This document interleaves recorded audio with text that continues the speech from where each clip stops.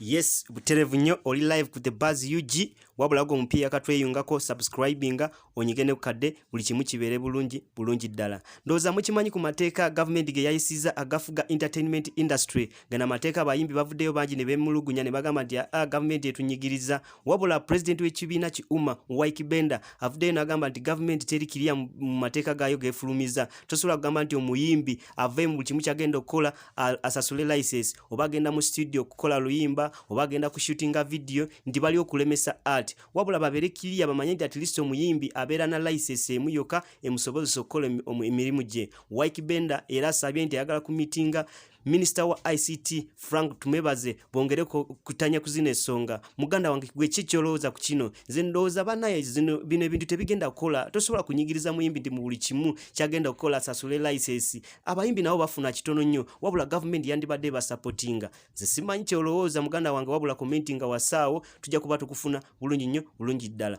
Wabula bwe batonda subscribinga genda ku channel yaffe the buzz Ykee o subscribinga. Toyerabira nti tulina ne Facebook page yaffe genda likinge otugoberere bulungi nnyo bulungi ddala. Weebale.